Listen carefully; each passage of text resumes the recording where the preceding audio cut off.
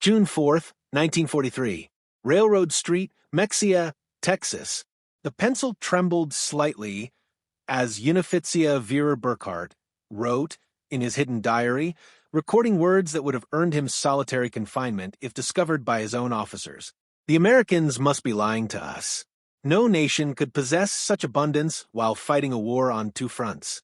Through the train window, he had just witnessed something that contradicted 3 years of Nazi propaganda. Electric lights blazed from every farmhouse, every street corner, every shop window. An endless constellation of electricity stretching across the Texas plains at 10 o'clock at night. In Germany, blackout regulations had plunged the Reich into darkness since 1940. Even before the war, rural electrification reached barely 20% of German farms. Yet here, in what Nazi propaganda had described as a decadent, collapsed America, electricity flowed like water. 1,850 veterans of Irwin RML's Africa Corps stepped down from the passenger train. Not cattle cars, not freight wagons, but cushioned Pullman coaches with dining services and sleeping BS. The entire population of Mahia had turned out to witness their arrival. What none of them knew was that this moment would trigger the most profound psychological transformation in modern history, a systematic demolition of Nazi ideology through the sheer display of American industrial capacity. The mathematics of Allied victory were being written not in battle plans, but in production statistics that would soon shatter every assumption these soldiers carried about their enemies, their homeland, and their cause. The collapse had begun on May 13, 1943 in Tunisia. General Jürgen von Arnim, Rammel's replacement, surrendered along with approximately 250,000 to 275,000 German and Italian soldiers. The numbers varied as scattered units continued surrendering over several days. The Wehrmacht's most experienced desert fighters, men who had driven the British back to Egypt, who had earned the grudging respect of Montgomery himself, were suddenly prisoners. Among them was Headman Friedrich Radke, holder of the Iron Cross First Class, veteran of the France campaign, wounded twice in North Africa. His diary, discovered decades later in the National Archives, would provide historians with the most detailed account of the psychological impact of American captivity on German soldiers. The journey from defeat to revelation began in the port of Oran, Algeria, as Radke and 30,000 other PS waited in makeshift camps for transport ships. American efficiency was already beginning to crack their preconceptions. The U.S. Army processed thousands of prisoners daily with an organizational precision that exceeded anything the Wehrmacht had achieved, even at the height of its power. Identity cards photographed and filed. Medical examinations completed, inoculations administered, Geneva Convention rights explained in fluent German by American officers who had been trained specifically for this moment. But the first real shock came with food. Oberreiter Hans Muir, captured with the 21st Panzer Division, wrote to his mother 8 months later. In the cage at Oran, while we waited for ships, the Americans fed us better than we had eaten in 6 months of desert warfare. White bread, real coffee, meat twice a day. We thought it was propaganda, that they were trying to impress us. We didn't realize this was their standard military ration. The Liberty ships that would carry them across the Atlantic were themselves monuments to American industrial capacity. The SS Robert E. Peary had been built in 4 days, 15 hours, and 29 minutes at Kaiser Shipyards in Richmond, California. A fact that would have been dismissed as impossible propaganda if the Germans had known it. These vessels, produced at a rate of 3 per day at the peak of production, were returning from delivering supplies to the European theater. Rather than sail back empty, they carried human cargo up to 30,000 PSWs per month by summer 1943. The 2-week Atlantic crossing in July 1943 provided the second phase of psychological demolition. Feld Kurt Zimmerman of the 90th Light Division kept a detailed account that survived in letters to his family after repatriation. The ship's crew, he noted, disposed of more food waste each day than his entire company had received in weekly rations during the final months in Africa. The American sailors threw away half-eaten steaks, whole loaves of bread, gallons of milk that had sat Too long, Zimmerman wrote. They did this openly without thought not to mock us, but because to them this waste meant nothing. Their supply was limitless. The ships themselves became floating classrooms in American power.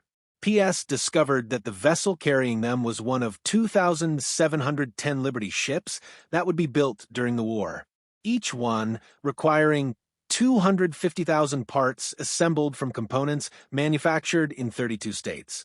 The engines, they learned from talkative American guards, were built in 3 separate factories, each producing 900 horsepower cylinders that were then assembled in ports that had barely existed 2 years earlier. Lieutenant Colonel Wilhelm von Stobern, whose aristocratic Prussian family had served in every German war since Frederick the Great, would later write in his memoirs, "As our ship approached the American coast, I watched the radar antenna rotating above the bridge. This technology, which we believed only we, and perhaps the British possessed in limited quantities, was standard equipment on a cargo vessel. It was then I first suspected that Germany had already lost the war."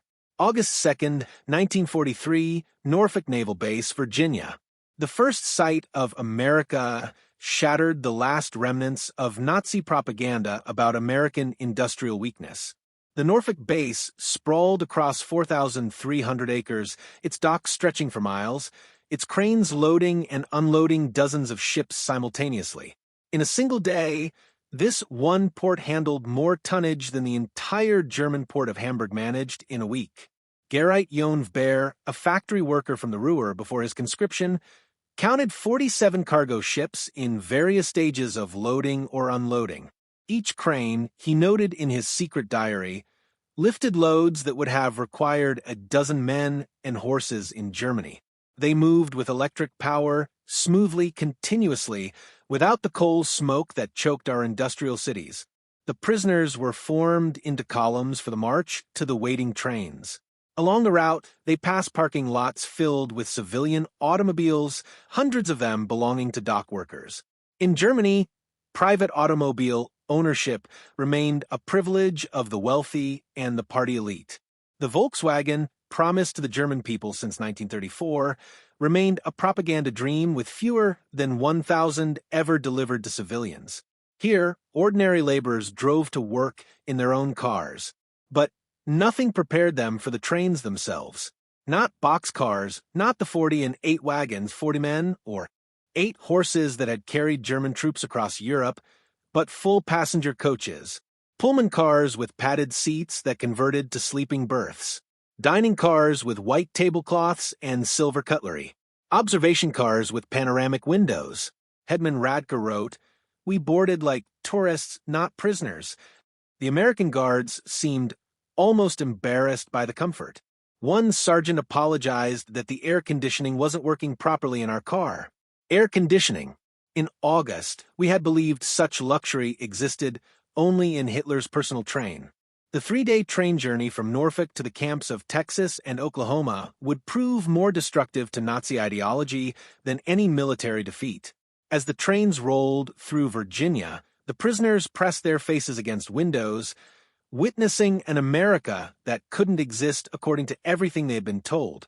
Every small town blazed with illumination. Martinsville, Danville, Greensboro, communities that in Germany would have been lucky to have a single electric street lamp displayed illuminated shop windows, electric signs, houses with lights burning in multiple rooms.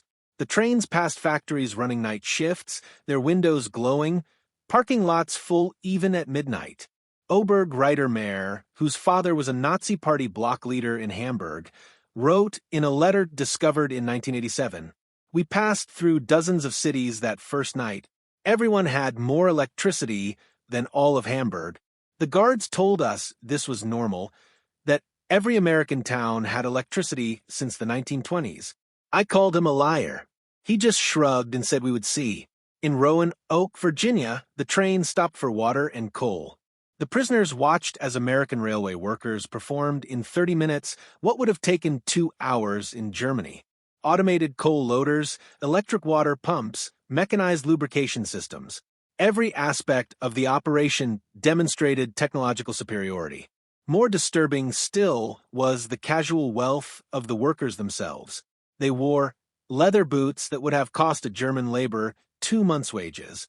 They drank Coca-Cola from glass bottles and threw the empties into bins without thought.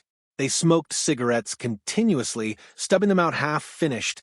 Failed Wabel Hinrich Muller, an electrical engineer from Siemens before the war, calculated that the single railway yard they stopped in used more electricity in 1 hour than his entire district in Berlin used in a day. The waste was magnificent, he wrote. They left lights burning in empty buildings. Electric fans ran in vacant rooms. It was the carelessness of infinite resource. As the trains crossed into Tennessee and Kentucky, the prisoners encountered American industrial power in full display. Through the windows, they watched endless factories, each one larger than anything most had seen in Germany. The Alcoa aluminum plant in Tennessee stretched for 3 m along the river, its electric furnaces consuming 175,000 kilowatts of power, more than the entire city of Munich. Near Louisville, the trains slowed as they passed the Rubbertown complex, where synthetic rubber plants had sprung from empty fields in just 18 months. For massive facilities, each employing thousands of workers, producing 800,000 tons of synthetic rubber annually. Germany, despite inventing the process, had never managed more than 120,000 tons in its best year. Oberleutnant Erich Hoffmann, a chemist from IG Farben, understood the implications immediately. In a post-war interview, he recalled, "I knew those plants. I could see the distillation columns, the catalytic crackers. Each facility was more advanced than anything we had built, and there were 4 of them just in this one location. They told us there were dozens more across the country. The trains passed Ford's Willow Run plant outside Detroit, visible from miles away. This single factory, built in just 9 months, produced a B-24 Liberator bomber every 63 minutes. At peak production, 42,000 workers assembled bombers from 1,550,000 parts manufactured by 1,500 subcontractors.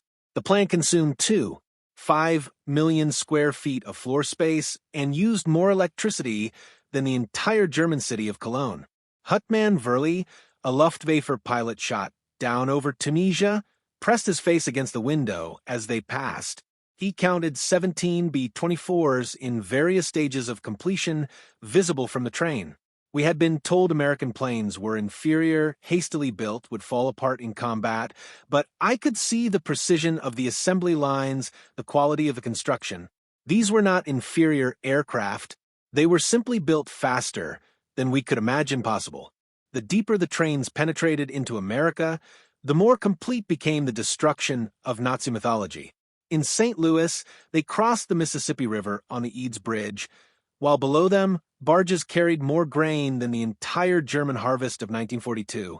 The prisoners could see grain elevators stretching along both banks, each one holding enough wheat to feed a German city for months. Unratio Karl Schmidt, a farmer's son from Bavaria, wrote in his diary, "The Americans transport food as we transport ammunition in endless quantities without concern for loss. I watched them loading a single barge with enough wheat to feed my entire village for 5 years. The crane operator was eating a sandwich with meat thicker than our weekly ration." In Kansas City, the train stopped at a massive stockyard where tens of thousands of cattle waited for slaughter. The smell of May-attacking plants filled the air for miles. German PS, who had subsisted on 200 g of meat per week in Africa, when Lucky watched American workers eating beef sandwiches during their lunch break. "They ate meat like we ate bread," wrote Griefer Paul Fischer. "No, that's wrong. They ate meat like we wished we could eat bread. The guard bought us hamburgers from a stand near the station. Meat, cheese, vegetables on white bread for 15. He bought 20 of them without thinking, paid with a single dollar bill. This was not special. This was their normal food. The arrival at the camps themselves provided the next level of cognitive demolition. Camp Hearn, Texas, built in just 4 months, housed between 3,000 and 4,800 prisoners in conditions that exceeded what most had known as civilians. Wooden barracks with electric lights, flush toilets, hot showers, and steam heat. Each building constructed with more lumber than entire German villages possessed. The camp hospital astounded the medical personnel among the prisoners. Oberst, Lieutenant Colonel Dr. Friedrich Bauer, chief surgeon of the 164th Light Division, found himself in a facility better equipped than most German civilian hospitals. X-ray machines, surgical equipment, pharmaceutical supplies that had been unavailable in Germany since 1941. All standard provision for enemy prisoners. They had penicillin. Dr. Bauer would later testify, this miracle drug that we had only heard rumors about. They used it freely, even on prisoners with minor infections. German soldiers were dying for want of basic sulfur drugs, and the Americans were giving us their most advanced medicine without hesitation. The camp kitchen became another classroom in American prosperity. Prisoners assigned to cooking duties discovered walk-in refrigerators, electric mixers, automated dishwashers, and gas ranges that could prepare meals for 5,000 men. The daily ration included fresh milk, eggs, meat, vegetables, and white bread, quantities that German civilians hadn't seen since 1939. Feldwebel Otto Krebs, a former hotel chef from Munich, wrote, "Today, we threw away more food than my family has seen in 3 years. Not spoiled food, simply excess. The American regulations require we prepare 10% more than needed to ensure every prisoner receives full rations. The surplus is discarded. I wept as I threw perfectly good bread into the garbage. By September 1943, the labor shortage in American agriculture led to the employment of POWs in fields and factories across the country. This decision, driven by necessity, would prove more destructive to Nazi ideology than any propaganda program could have achieved. Groups of prisoners were trucked daily to work sites, traveling through the American heartland without blindfolds or restricted routes. They saw everything: the endless fields of corn and wheat, the factories running 3 shifts, the shops full of goods, the parking lots full of cars, the houses with refrigerators and radios. At a cotton gin outside Houston, Unratia Herbert Lang watched a single machine process more cotton in 1 hour than his entire village could have handled in a month using traditional methods. The gene was powered by electricity from the Colorado River Authority, part of a rural electrification program that had brought power to 90% of Texas farms by 1943. The farmer who owned the gene was nobody special, Lang recorded. Not aristocracy, not a party member, just a farmer. Yet he had electricity, running water, a truck, a car, and a tractor. His workers, including the Negroes, ate lunch from boxes containing more food than German workers received in a week. And this was normal. Every farm we passed was the same. In Nebraska, prisoners worked in sugar beet fields, witnessing agricultural mechanization that defied comprehension. A single combine harvester, they learned, could do the work of 100 men. The fields stretched to the horizon, each one larger than entire German counties. The farmers spoke casually of yields that would have been fantasy in Germany, 60 bushels of wheat per acre compared to Germany's 30 on the best land. Gefreiter Wilhelm Hoffmann, working on a farm outside Scottsluff, wrote, "The farmer's son, a boy of 16, drove a tractor worth more than everything my father had earned in his lifetime. When I mentioned this, the boy laughed and said it wasn't even a particularly good tractor. His father was waiting for a new model from John Deere that would be even better." The most devastating revelations came to those prisoners who worked near or in American factories. While Geneva Convention rules prohibited direct war production work, PSWs could work in industries that freed American workers for military production. This technicality allowed thousands of German prisoners to witness American industrial capacity firsthand. At a Campbell Soup factory in New Jersey, prisoners watched production lines that processed more tomatoes in a single day than most German factories handled in a month. The facility operated with a skeleton crew of women and elderly men, as most young workers were in the military. Yet production exceeded PCM levels. Stabsfeld, Webel, Ernst Vanner, who had worked in a German food processing plant before the war, documented the experience. Everything was automated: electric conveyor belts, automatic filling machines, steam cookers that process hundreds of cans simultaneously. One elderly woman monitored controls that managed what would have required 50 workers in Germany. She did this while listening to a radio and drinking coffee. Near Detroit, prisoners unloading coal at a power plant gained glimpses of the automotive industry's conversion to war production. The River Rouge complex, visible across the water, employed 100,000 workers producing jeeps, aircraft engines, and tanks.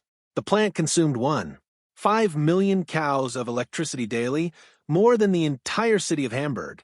We could see the parking lots, wrote Oberreiter Franz Kellner. Thousands of cars belonging to workers in Germany. Even our officers rarely own cars. Here, factory workers drove to work. The guard told us many workers owned 2 cars, one for work, one for family use. We thought he was mocking us.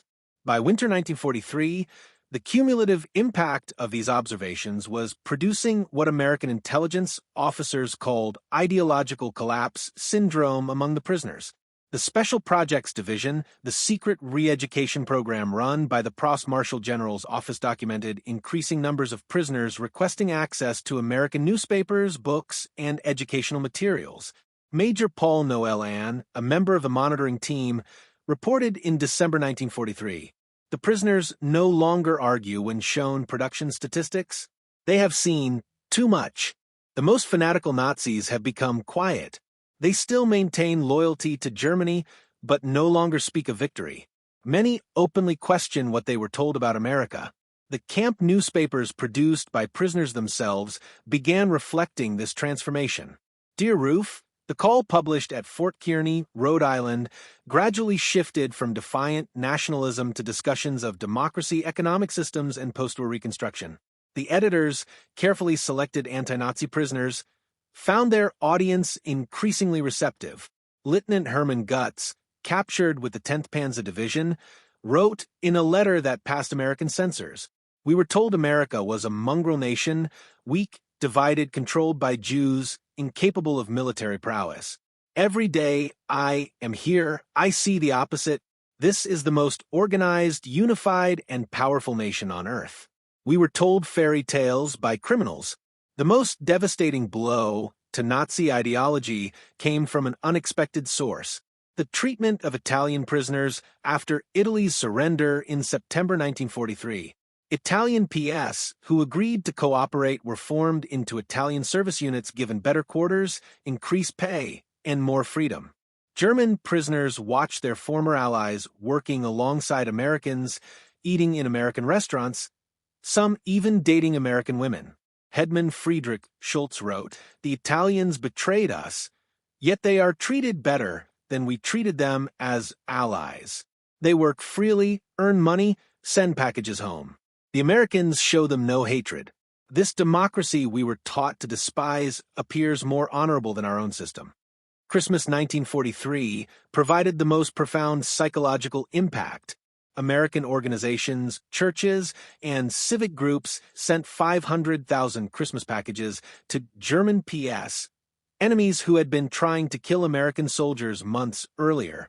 Each package contained cigarettes, candy, toiletries, and games.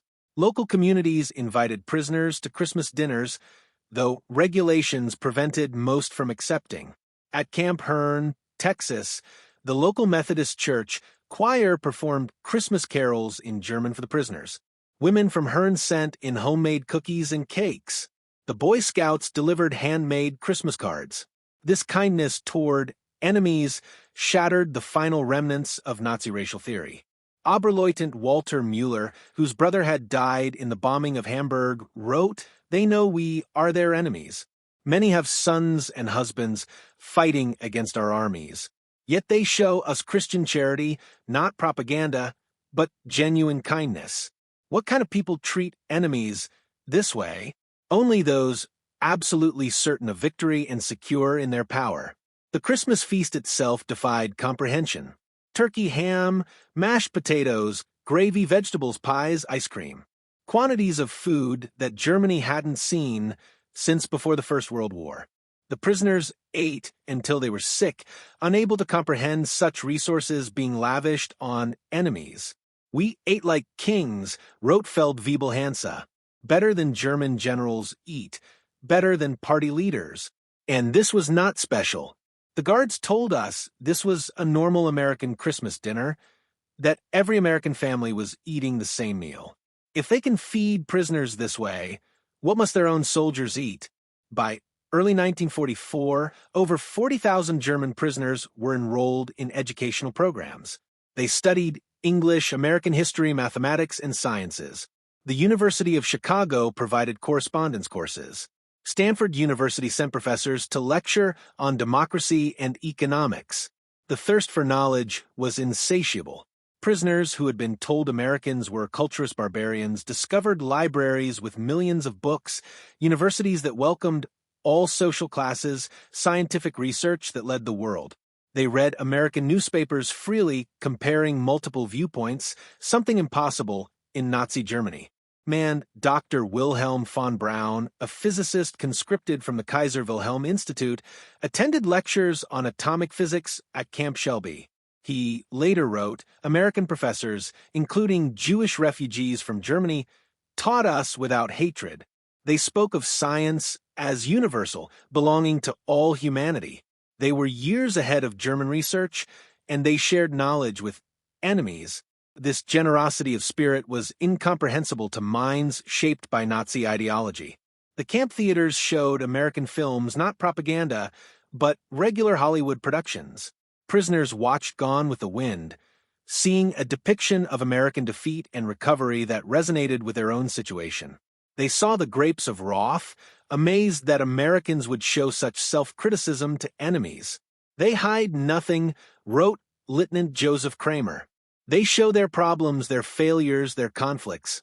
Yet this honesty makes them stronger, not weaker. In Germany, such criticism would mean death. Here it is considered patriotic.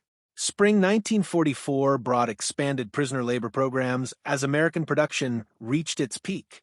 German PSWs worked in canneries, mills, and fabrication plants, witnessing the full might of American industrial capacity. The numbers told a story that no propaganda could counter.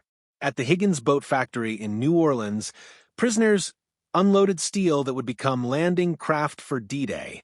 They watched as workers assembled 700 boats per month, each one requiring 20,000 parts. The factory employed 20,000 workers, including thousands of women who operated cranes, welded hulls, and managed production lines. Stabsfeld, Wiebel, Kurt Zimmerman wrote, women doing men's work, Negroes operating complex machinery, teenagers running drilling equipment. Everything we were told was impossible in a democracy. Yet production never stopped. 3 shifts, 24 hours, 7 days a week. They produced more boats in a month than our entire Navy built in a year. At Republic Steel in Ohio, prisoners witnessed the production of 10,000 tons of steel daily. The blast furnaces ran continuously, fed by endless trains of iron ore from Minnesota and coal from Pennsylvania. The scale defied German comprehension. This single plant produced more steel than the entire Ruhr at its peak. I worked at Crook before the war, wrote Ober writer Paul Hartman. I thought I understood industrial production, but this was beyond imagination. They wasted more steel and spillage than we could produce. The workers complained about overtime while producing quantities we couldn't achieve with slave labor and double shifts. The summer 1944 harvest provided the final demolition of Nazi propaganda about American weakness. German prisoners worked across the Midwest, witnessing agricultural production that could feed the world. In Kansas, they watched wheat harvests where single farms produced more grain than entire German provinces. Combines moved across fields like ships across an ocean of gold, each one harvesting 100 acres per day. The grain elevators they filled could hold more wheat than Germany imported in an entire year. Unterfitzia France Bear, a farmer from East Prussia, wrote, one American farmer with machinery does the work of 100 German farmers. They showed me aerial photographs of the wheat fields, thousands of square miles of grain. They could lose half their harvest and still have more than all of Europe combined. In California's Central Valley, prisoners picked fruit in orchards that stretched beyond the horizon. They watched as perfectly good fruit was discarded for minor blemishes, fruit that would have been treasured in Germany. Entire crops were sometimes plowed under to maintain prices, a concept that caused psychological breakdown among prisoners from hunger-ravaged Germany. They destroyed food to keep prices stable, wrote Gerda Otto Schultz. Mountains of oranges bulldozed into pits because they had too many. We begged to be allowed to send them to Germany to our families. The guards were sympathetic, but explained it was impossible. The waste was strategic proof of unlimited resources. June 6, 1944. When news of the Normandy invasion reached the camps, German prisoners experienced their final ideological collapse. The scale of the operation, 6,000 ships, 11,000 aircraft, 150,000 men in the first wave, demonstrated American organizational capacity beyond Nazi Germany's wildest dreams. Prisoners at Camp Shelby watched news reels of the invasion within days. They saw the endless streams of ships, the artificial harbors, the supply system that delivered 15,000 tons daily across open beaches. They watched their homeland being crushed by the very nation they had been told was too weak to fight. Our Friedrich Vonnegut wrote, "We knew then that everything was lost, not just the war, but the entire Nazi project. We had challenged the world's greatest industrial power with fairy tales and racial mythology. We sent horses against their trucks, rifles against their automatic weapons, courage against their unlimited resources. Throughout their captivity, German prisoners experienced something that challenged Nazi ideology more than any material wealth, American humanity. Despite propaganda depicting Americans as weak and sentimental, PWs discovered a people secure enough in their strength to show mercy. When Gerrit Hans Miller's son died in the Hamburg bombing, the American camp commander personally delivered the Red Cross message and offered condolences. When Lieutenant Paul Fischer's wife wrote that she was struggling to feed their children, American church groups sent food packages to her in Germany. Enemy civilians in a nation America was actively bombing. They separated the German people from the Nazi regime, wrote Hetman Otto. They said they were fighting Hitler, not Germans. This distinction, which seemed like propaganda, proved genuine. They prepared us to rebuild Germany after the war, not to destroy it. The medical treatment particularly affected prisoners. German doctors worked alongside American medical staff, learning new techniques, using advanced equipment. Prisoners received operations that would have been available only to the elite in Germany. Mental health treatment, virtually unknown in the Wehrmacht, was provided to traumatized soldiers. Dr. Friedrich Bauer wrote, "They treated attempted suicides with counseling, not punishment. Prisoners with mental breakdowns received therapy, not beatings. This humanity toward enemies revealed a strength we never understood, the confidence of true power."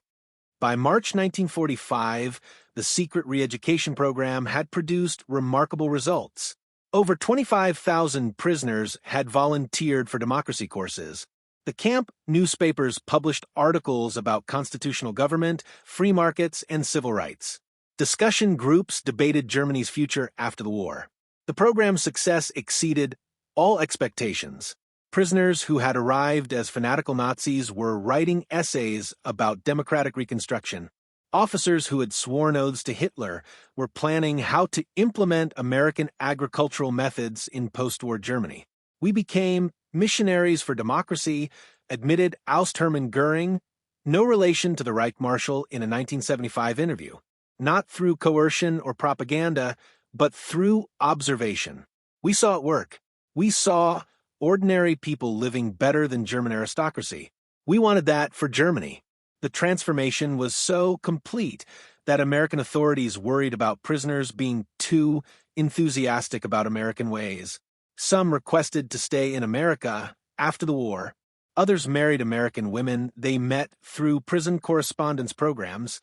Thousands would eventually immigrate to America in the 1950s. April 1945 brought the final revelation. As American forces liberated concentration camps in Germany, the footage was shown to German PS. Many refused to believe it initially, claiming it was propaganda, but the evidence was overwhelming. Testimony from American soldiers, photographs, newsreels, and eventually letters from Germany confirming the horror. The psychological impact was devastating. Men who had maintained some pride in German honor despite military defeat now faced the complete moral collapse of their nation. Everything they had fought for was not just defeated but evil. Headman Walter Schmidt wrote the most eloquent summary. "We thought we were warriors for a great cause. We discovered we were tools of criminals. We believed we were bringing civilization to inferior peoples. We found that we were the barbarians. The Americans we called weak, and decadent showed us what civilization actually meant." As the war ended in May 1945, German PSWs faced repatriation with mixed emotions. They had witnessed an America that contradicted everything they had believed. They had eaten better as prisoners than as soldiers. They had been treated with more dignity by enemies than by their own government. The last months of captivity were spent preparing for return to a destroyed Germany. American authorities provided vocational training, agricultural education, and political instruction. Prisoners learned about the Marshall Plan before it was announced, understanding that America would rebuild rather than punish Germany. "They prepared us to rebuild our country," wrote Ost Friedrich von Tobin. "They gave us skills, knowledge, hope. They transformed defeated soldiers into future citizens." This generosity from victors was incomprehensible to minds shaped by Nazi vindictiveness. Between 1945 and 1946, 371,683 German PS were repatriated from American camps. They returned to a Germany divided, destroyed, and destitute. But they brought with them something precious: knowledge of how a democratic industrial society functioned. The German PSWs who experienced American prosperity became unwitting agents of transformation in post-war Germany. They had seen industrial efficiency, agricultural productivity, and democratic prosperity. They knew reconstruction was possible because they had witnessed a society that had achieved it. Many former PS rose to prominence in West Germany's reconstruction. Hans Kroll, prisoner at Camp Shelby, became West German ambassador to the United States. Walter Hallstein, who taught classes at Camp Co., became president of the European Commission. Rudiger von Marr, held at Camp Herne, served as German permanent representative to the United Nations. Edward Ackermann, prisoner at Fort Robinson, became a leader in German agricultural reform. They brought American methods to German industry, American efficiency to German agriculture, and American democratic ideals to German politics. The economic miracle of the 1950s was built partly on knowledge gained in American prison camps. We learned that prosperity came from freedom, not conquest. Hans Kroll wrote in his memoirs, "We saw that democracy created wealth, that diversity brought strength, that treating workers well increased production. These lessons learned as prisoners shaped the new Germany." Historians have called the German P experience in America one of the most successful re-education programs in history. Without coercion, without propaganda in the traditional sense, American industrial might and democracy converted hardened Nazis into future democratic citizens. The program succeeded because it relied not on words, but on observation. Prisoners saw American society functioning at peak efficiency while treating enemies with dignity. They witnessed industrial capacity that made German production look primitive. They experienced a standard of living that exposed Nazi promises as fantasies. Dr. Arnold Kramer, the leading historian of German PS in America, concluded, "America won the propaganda war not through clever messages, but through sheer reality. Every full meal, every electric light, every working toilet was an argument against Nazism. The PWS were converted by prosperity." The statistics support this assessment. Of the 371,683 German PS held in America, fewer than 1% attempted escape, with only 2,222 total attempts recorded. Post-war surveys showed that 95% rated their treatment as good or excellent. Most remarkably, thousands maintained correspondence with American families for decades after the war. In 1985, on the 40th anniversary of the war's end, Surviving German POWs held a reunion in Austin, Texas. Over 500 former prisoners returned to America, many bringing their families to show them where their transformation had begun. Former Arbeiter Hans Wehe, who had been held at Fort Robinson, Nebraska, and later returned to become a physician in Georgetown, Maine, spoke at the reunion. Life in the camps was a vast improvement for many of us who had grown up in cold water flats in Germany. We discovered running water, central heating, and abundant food. But more than that, we discovered dignity. Former Stabsfeld Wiebel Kurtmeier, who had worked on farms in Iowa, added, "The farmers treated us not as enemies, but as young men far from home. They shared their meals, their knowledge, sometimes their homes. This humanity from people whose sons were fighting against us. This changed us forever." At the 1985 reunion dinner, former Obus Hermann Gutz, then 78 years old, delivered the keynote address that captured the essence of the transformation. We came to America as enemies, as Nazis, as believers in a lie. We left as friends, as Democrats, as men who had seen the truth. America showed us that strength comes not from conquest, but from production, not from hatred, but from diversity, not from tyranny, but from freedom. We witnessed the arsenal of democracy at full production. We saw farmers who produced food for the world, workers who built the tools of victory, and citizens who treated enemies with dignity. We learned that America's true weapon was not its bombs or tanks, but its inexhaustible capacity for creation and its unshakable confidence. We returned to Germany with a mission to build a society that could create rather than destroy, that could prosper through peace rather than war. The Germany that rose from the ashes was built on lessons learned in American prison camps. We who came as conquerors left as students. To America, from your former enemies, now your friends. Thank you for showing us the way. The auditorium erupted in standing ovation. Americans and Germans together, former enemies, united in recognition of a transformation that had seemed impossible when those first trains rolled into Texas in June 1943. The magnitude of the German P experience in America can be measured in stark statistics that reveal both the scale of the operation and its remarkable success. Camp infrastructure. Over 500 camps across 45 states, every state except Nevada, North Dakota, and Vermont. 175 main camps with 325 branch camps. Camps built to house from 250 to 12,000 prisoners each. Construction completed an average of 90 days per camp. Prisoner population 371,683 German PS, part of 425,871 total Axis PS. Peak population in May 1945. Average of 20,000 new arrivals monthly in 1943, 30,000 monthly after D-Day, 60,000 monthly in final months of war. Labor contribution, 14 million man-days of agricultural labor, 100 million board feet of lumber processed, $230 million in labor value 1940s, 80 cents daily wage per prisoner. Prisoners filled critical labor shortages in 46 states. Escape statistics. Only 2,222 escape attempts from over 371,000 prisoners, 0.6%. 0 successful permanent escapes. Most escapees recaptured within 24 hours. No American civilians harmed by escaped PS. Educational programs.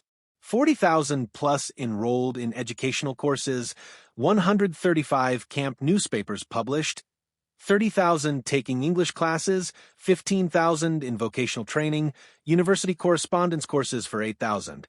Post-war immigration, approximately 5,000 former PWs immigrated to U.S. after war. 12,000 plus maintained correspondence with American families. Average correspondence duration 31 years. Many returned as tourists or business partners. Treatment assessment, 95% rated treatment as good or excellent. 74% believed captivity positively changed their worldview. 61% expressed interest in learning about democracy. Less than 10% maintained strong Nazi beliefs by 1945. The German PS who experienced American industrial might didn't just witness history. They were transformed by it. Their captivity became education. Their defeat became enlightenment, and their imprisonment became liberation from the ideological chains of Nazism. In the end, America's greatest victory was not on the battlefield, but in the prison camps, where overwhelming evidence of democratic prosperity accomplished what armies could not. The complete transformation of enemy minds. The PS had arrived believing in German superiority and American weakness. They left knowing the truth. American industrial might was not just overwhelming, it was incomprehensible to minds shaped by scarcity and tyranny. The trains that had brought them into captivity in 1943 had carried warriors of the Third Reich. The ships that returned them to Germany in 1946 carried architects of democracy. They had seen the future, and it worked. Their story stands as testament to a profound truth. The most powerful weapon in America's arsenal was not military might, but the simple, overwhelming evidence of a free society's capacity to create abundance. The German POWs were stunned by American industrial might, but ultimately they were converted by it. In their transformation lay the seeds of Europe's post-war redemption and the final defeat of the Nazi dream. They returned to Germany not as defeated enemies, but as witnesses to what free societies could achieve. The economic miracle that transformed West Germany in the 1950s was built on foundations laid in American prison camps, where enemy soldiers learned that prosperity came not from conquest, but from freedom, not from racial superiority, but from human dignity, not from totalitarian control, but from democratic cooperation. The German POWs had arrived in America, expecting to find a weak, divided nation on the verge of collapse. Instead, they discovered an industrial colossus of unlimited power and surprising humanity. They had come as prisoners of war, but left as witnesses to the arsenal of democracy at its absolute peak. In their awe at American abundance lay the psychological seeds of the Atlantic Alliance, the Marshall Plan, and the democratic reconstruction of Germany. They had seen America, and they would never be the same. Their children would grow up in a democratic Germany allied with the United States. A partnership built on the transformation that began when 1850 Africa Corps veterans stepped off a train in Mexia, Texas, and discovered that everything they believed was wrong. The story of German PS in America is ultimately a story of redemption through revelation. It proves that sometimes the greatest victories are won not through destruction, but through demonstration, not through propaganda, but through prosperity, not through hatred, but through humanity. The German soldiers who witnessed American industrial might became the unwitting ambassadors of democracy, carrying back to their homeland the seeds of transformation that would bloom into one of history's most successful reconstructions. Their journey from Nazi warriors to democratic citizens remains one of the most remarkable transformations in modern history, accomplished not through force, but through the overwhelming evidence of what free people could achieve when they worked together. In the end, that was America's secret weapon. Not just the ability to produce more tanks and planes than any nation in history, but the capacity to transform enemies into friends through the simple power of example. The German POWs were stunned by America's industrial might, but more importantly, they were changed by it.